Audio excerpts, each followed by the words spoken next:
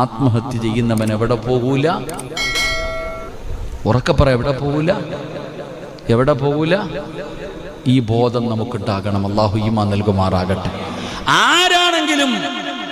ആരാണെങ്കിലും എൻ്റെ പ്രിയപ്പെട്ട സഹോദരങ്ങളെ, ആത്മഹത്യ അല്ലാഹു തന്ന ആയുസ് കളയുന്നവൻ അവന് സ്വർഗം നിഷിദ്ധമാക്കപ്പെട്ടിരിക്കുന്നു എന്ന് മഹാനായ നബിയിനാ റസൂലുള്ളാഹി.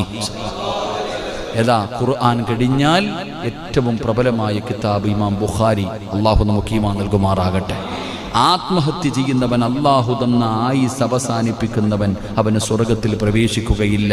2, അൻ അബീ ഹുറൈറ റളിയല്ലാഹു തആല അൻഹു ഖാല നബി സ്വല്ലല്ലാഹു അലൈഹി വസല്ലം അല്ലദീ യഖുനുകു നഫ്സഹു യഖുനുകുഹാ ഫിന്നാർ വല്ലദീ യതുനുഹാ ഫിന്നാർ.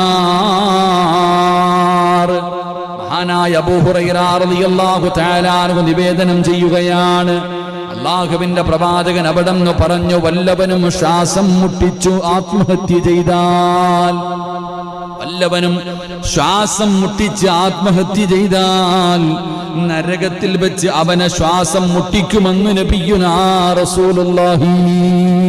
അവൻ അല്ലാഹു കൊടുക്കുന്ന ശിക്ഷ ഏതാണ്? പടച്ചവനെ ശ്വാസം മുട്ടിച്ചു മരിച്ചവനവൻ നരകത്തിൽ അതുപോലെ ജീവിതകാലം മുഴുവനും ഒരിക്കലും അവസാനിക്കാതെ അതുപോലെ തന്നെ അവന് ചെയ്തുകൊണ്ടിരിക്കുകയാണ്. അതാണ് അവൻ അല്ലാഹു കൊടുക്കുന്ന ശിക്ഷ. ആരെങ്കിലും തന്റെ ദേഹത്ത് അല്ലാഹുവേ കുത്തി മുറിപ്പെടുത്തിയിട്ട് ആത്മഹത്യ ചെയ്താ, അതാ കൊണ്ട് കുത്തിമുറിക്കുമല്ലോ, എന്നിട്ട് ആത്മഹത്യ ചെയ്താൽ അല്ലാഹുവേ നരകത്തിൽ അവനെ സ്വന്തം മുറിവേൽപ്പിച്ചുകൊണ്ടിരിക്കുമെന്ന് നബി മുഹമ്മദ് മുസ്തഫ